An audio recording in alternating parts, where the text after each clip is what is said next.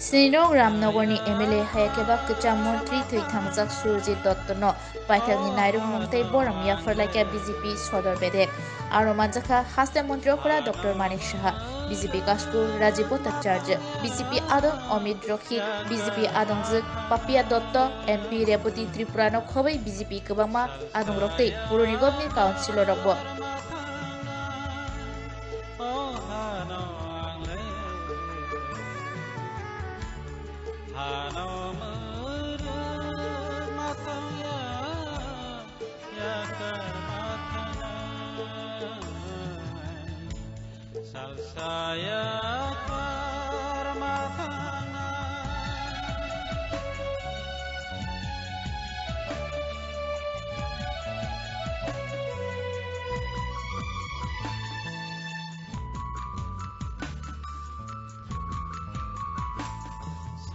গতকাল রাত্রিবেলা প্রায় 11টা নাগাদ আমাদের রামনগরের সম্মানিত বিধায়ক এবং আমাদের সবচেয়ে প্রিয় যিনি যাকে সুরজিৎ দত্ত, যাকে আমরা সুনুদা হিসাবে জানি, উনি কলকাতার একটা বেসরকারি নার্সিংহোমে শেষ নিঃশ্বাস ত্যাগ করেছেন।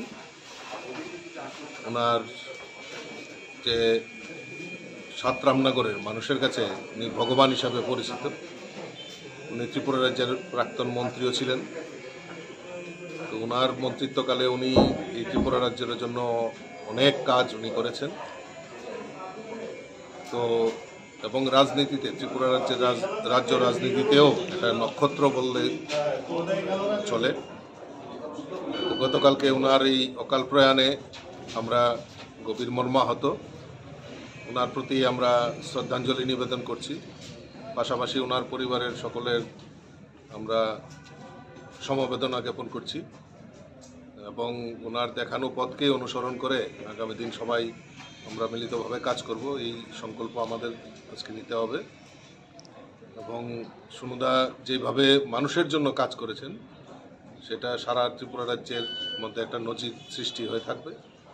আমি আবারও আপনাদের মাধ্যমে ওনার আত্মার সদ্গতি কামনা করছি এবং ওনার পরিবার সকলের সদস্যদেরকে আমি সমবেদনা জ্ঞাপন করছি। লোকসভা ইলেকশন আগে সুন্দর প্রয়াণের পার্টি কতটুকু ক্ষতি হতে পারে বলে মনে করেন? নিশ্চয়ই আসন্ন আমাদের যে লোকসভা নির্বাচন, সেই নির্বাচনে একটা পার্টির একটা বিরাট অপূরণীয় ক্ষতি হয়েছে। ওনার যে কাজ, অর্ধসমাপ্ত কাজ, সেগুলিকে আমরা সমাপ্ত করব। এই আজকের দিনে আমরা গভীর মর্মাহত।